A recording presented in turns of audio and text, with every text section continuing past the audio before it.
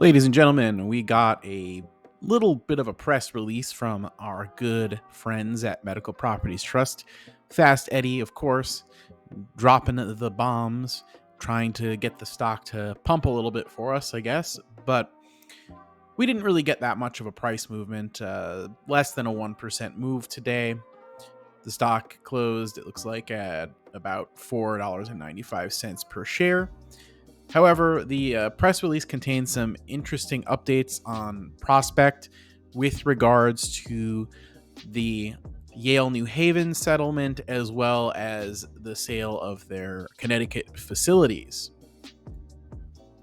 Yale New Haven Health Systems has entered into a settlement agreement with Prospect and Medical Properties Trust, under which Yale will pay $45 million to Prospect, while Prospect and MPT will release Yale of the obligation to purchase the 3 hospitals in Connecticut. So basically, Yale screwed around, they FAFO'd, as they say, regarding their agreement to purchase the Connecticut hospitals from Prospect and Medical Properties Trust, which partly contributed to Prospect going bankrupt, by the way. The millions, hundreds of millions of dollars from those facilities would probably have made a pretty good difference for Prospect in terms of their financials.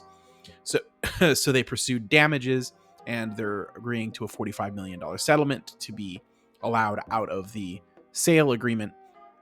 And they expect that the $45 million will be used to reduce the company's outstanding debtor in possession loan. The settlement remains subject to the approval of the bankruptcy court. The hearing, I believe, is on October 10th to cover that. In addition, with respect to the hospitals operated by Prospect in Connecticut, Prospect has entered into a definitive agreement with an operator to purchase 2 of the facilities and is in discussions with another operator to purchase the 3rd facility. Those sales are also subject to the court's approval. The $45 million settlement is expected to be additive to the proceeds of the sale of all 3 facilities. By the way, the typo there for the spelling of definitive was in the original article. That's not me. But yes, all of this is, of course, subject to the court approval since this is in Chapter 11 still. However, I don't see any reason why the bankruptcy court would have an issue with Prospect collecting money that they can use to pay their creditors. I think that this is going to be... and I think the reason the press release even came out today is this is more or less expected to be kind of a formality at this point. They also expect these transactions regarding Connecticut to make them whole on their $105 million debtor in possession financing loan that they issued near the beginning of this whole process. Separately, Medical Properties Trust recently sold 2 facilities in Phoenix, Arizona for approximately $50 million pursuant to a tenant purchase option. Oftentimes, their leases come with a purchase option for the operator, and somebody decided to exercise that on 2 facilities. These facilities, which generate nominal monthly cash rent, were among 18 retenanted hospitals following the global settlement agreement with Steward from 2024. Medical Properties Trust expects to use the anticipated cash receipts from these from the Prospect DIP repayment and the Arizona asset sales for debt repayment, investments, and returns to shareholders, as well as general corporate purposes. Now, do I expect them to raise the dividend or anything with this money? I don't think so. I think we're still a little early for a dividend hike, but probably to, maybe pay down some debt. Maybe there's some juice left in the revolver that they need to pay down, something like that. Regardless of what they do use it for, though, any cash recovery is, of course, a welcome and good thing. And we're talking about a pretty decent chunk of change here. And I think as Prospect continues to untangle, they'll get more and more money from the debt waterfall. As a small bonus, I'm going to offer you a little bit of an update on PayPal, which had a little bit of a run today.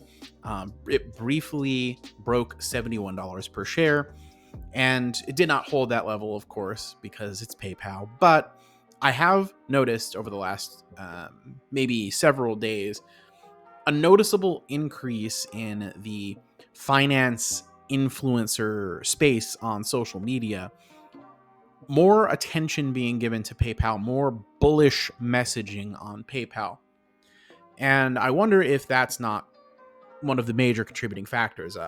I've been seeing a lot of attention being given on social media to Venmo, which you rarely see that in connection with PayPal stock. It's the first time I've seen so many financial influencers talking about how bullish they are on PayPal because of Venmo and what they're doing on Venmo. There's a new ad with the Venmo credit card that's been circulating that seems to be kind of a hit with people. There's been a lot of talk actually about PYUSD, which is their stable coin. That's basically a crypto coin that's pegged to the US dollar. So it's basically always worth just exactly $1. But that apparently the market cap for that is over $2 billion now. So there seems to be some interest and buzz being generated around that. Stable coins have been kind of an exciting topic for people for a good part of 2025, possibly a disruptor to the classic payment processing methods. Of course, the amazing buyback program and the reacceleration of Braintree are also driving some of the narrative interest in this company. The valuation remains relatively cheap. In fact, some would say extremely cheap. And the buyback yield remains high. They keep adding more and more money to be authorized for the buyback program, which is one of the best ways that they can use their capital as long as their valuation stays cheap, and they want to continue to reward shareholders for their patience. You combine this with the reacceleration and the fundamentals, and you could see a parabolic curve in the near future. Let me know in the comments below if you have MPW or PayPal and what you think.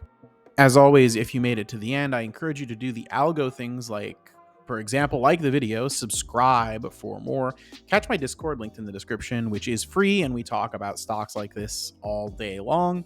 It's a passion of mine and a hobby. Why not? Also, catch me every Saturday, 8 p.m. Eastern, Cashflow Kings Live, or follow me on X at Mr. Macho Mog, or do all of it if you want to be especially nice. Thanks and have a wonderful day.